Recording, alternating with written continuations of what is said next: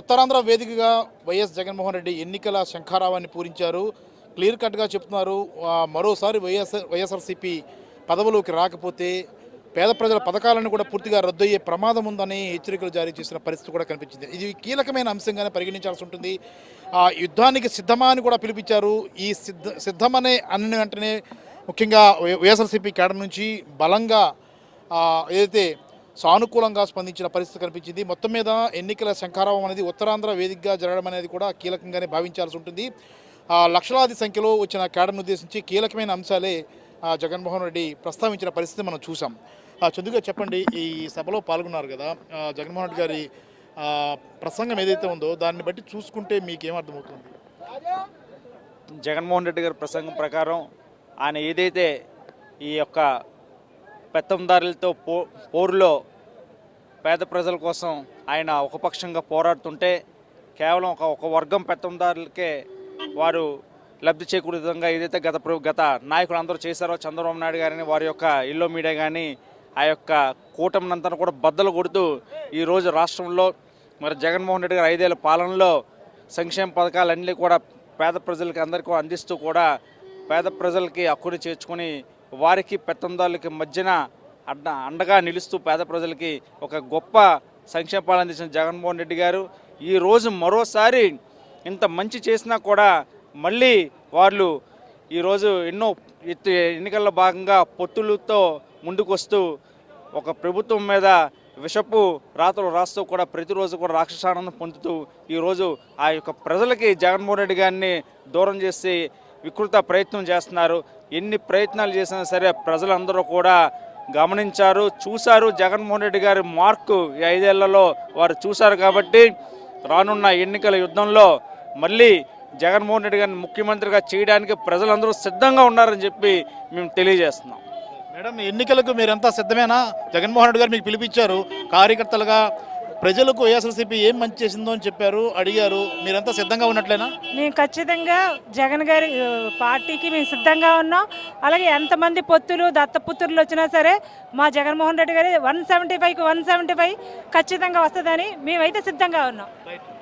అంటే ఈ సమావేశంలో పాల్గొన్నారు కదమ్మా, జగన్మోహన్ రెడ్డి గారి ప్రసంగాన్ని మీకు అర్థమవుతుంది కదా, జనంకి వెళ్ళి చెప్పండి అని చెప్తున్నారు. వైఎస్ఆర్సీపీ ప్రభుత్వం ఏం మంచి చేసిందో చెప్పమని అడుగుతున్నారు. మీకు ఏ రకంగా అర్థమైంది? మీరు ఏం చేయబోతున్నారు రేపు? చెప్పక్కర్లేదండి, ఆల్రెడీ అందరికీ తెలిసిన విషయమే. ఆయన ఏ విధమైన మంచి చేశారనేది ఆల్రెడీ అందరికీ తెలిసిన విషయమే. కాబట్టి మనం చెప్పవలసింది ఏమీ లేదు. ఆల్రెడీ అందరికీ ఆయన చేసినవన్నీ కూడా మనసులో ఉన్నది. 175కి 175 స్థానాల్లో ఆయన ఉండాలని ప్రతి ఒక్క గడపకి కూడా వెళ్ళి మేము కార్యకర్తలుగా మా ఎంతో మేము కృషి చేసి గెలిపిస్తామని, ఇదే ప్రభుత్వం మళ్ళీ రావాలని మనస్ఫూర్తిగా కోరుకుంటున్నాం. మేడం చెప్పండి, సమావేశంలో పాల్గొన్నారు, చాలా కీలకమైన ప్రసంగం. ఎందుకంటే ఎన్నికలకు సిద్ధం చేసిన పరిస్థితి, కేడర్ని అంతా కూడా తాము ఏం చేసామన్నది వివరించారు కేడర్నికి. మీరు కూడా విన్నారు కాబట్టి సిద్ధమా అని ఆయన ఒక నినాదాన్ని ఇచ్చారు. మీరు సిద్ధమేనా? అంతా సిద్ధం. ఎందుకంటే ప్రసంగం కాదు ఇది ఒక తండ్రి బిడ్డలతో మాట్లాడుతున్నటువంటి మాటలు. బిడ్డలకు ఎక్కడ ఏమి అవసరమో నేను సమకూర్చాను. ఇంకా నీ కష్టం ఏముంది, నీ సమస్య ఏముంది, నేను తీరుస్తాను అనే హామీ ఇస్తున్నారు ఆయన.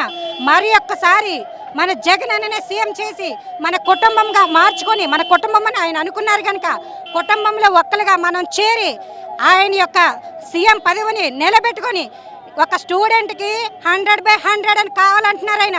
అంటే అదేవిధంగా 170/175 కావాలని చెప్తున్నారు. జై జగన్.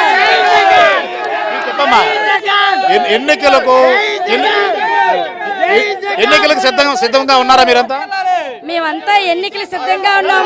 కానీ మేమే కాదు, ప్రతి ఇంటికి అంటే కడుపుని బిడ్డ పడింది పండు ముసలమ్మ వరకు కూడా ప్రతి ఇంటికి సంక్షేమ పథకం అన్నది వెళ్తుంది. అంటే జగన్ గారు పెట్టిన, ప్రభుత్వం పెట్టిన ప్రతి ఇంటికి సంక్షేమ పథకం అన్నది వెళ్తుంది. ప్రతి ఒక్కరూ కూడా ఆత్మాభిమానంతో మళ్ళీ జగన్మోహన్ రెడ్డి గారిని మళ్ళీ సీఎం చేస్తారో కూడా. జై జగన్. చెప్పండి, ఈ సమావేశంలో పాల్గొన్నారు కదా, జగన్ ప్రసంగాన్ని ఏ రకంగా మీరు అర్థం చేసుకున్నారు? జగన్ గారిది చాలా ముందు చూపు. చంద్రబాబు నాయుడు లాగా 2020 విజన్ అన్నారు, ఆ విజన్ ఎక్కడికో కొట్టుకుపోయింది. మళ్ళీ 47 విజన్ అంటున్నారు, ఆ విజన్లో ఏం పోతుందో తెలియట్లేదు. ఆయన ఉంటారో లేదో తెలియని దానికి విజన్ అంటున్నారు. కానీ జగన్మోహన్ రెడ్డి అనేటువంటి నాయకుడు విజన్ అంటే ఏంటి అనేటువంటిది చూపిస్తున్నారు. ఈరోజు పేద విద్యార్థులు కానీ లేదంటే పిల్లలు కానీ స్కూళ్ళు కానీ నాడు నేడు కానీ లేదంటే ఎన్నో ప్రాజెక్టులు ఎంతో అభివృద్ధి చేస్తుంటే వాళ్ళందరికీ ఆయన అన్నట్టుగా దుష్ట చైతన్యం కనిపించట్లేదని చెప్పి సందర్భంగా అడుగుతున్నాం. ఎందుకంటే విజన్ అంటే ఇది.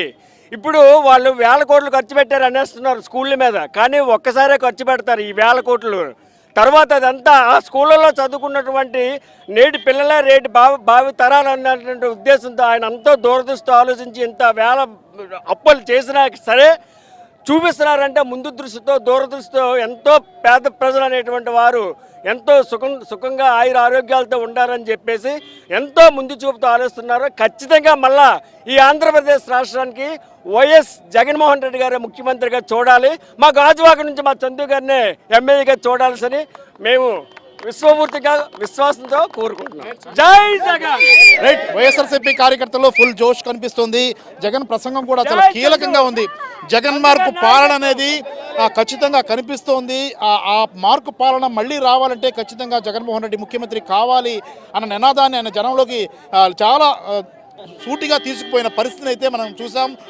ప్రతి కార్యకర్త కూడా సైనికుల్లో పనిచేయాలని సూచించారు. అలాగే ఒక ర్యాంప్ ఏర్పాటు చేశారు. ప్రతి కార్యకర్తకు నేను దగ్గరగా ఉన్నానంటూ ఆయన పూర్తిగా ఆ ర్యాంప్ వాక్ చేయడం ద్వారా అందరినీ అభివాదం చేశారు. ఇది ఒక కొత్త విషయంగా పరిగణించాలి. అలాగే భవిష్యత్తులో కూడా కేడర్తో చాలా లోతుగా ఉంటూ వారి సమస్యల పరిష్కారానికి కృషి చేస్తామని కూడా చెప్పారు. మొత్తమే చూసుకుంటే ఈ సభ అనేది ఇది తొలి సమావేశంగా చెప్పుకోవాలి. ఇది కేడర్తో ఏర్పాటు చేసిన ఈ సమావేశం మంచి ఫలితాలను ఇచ్చింది. వైసీపీలో జోషును పెంచుతోంది.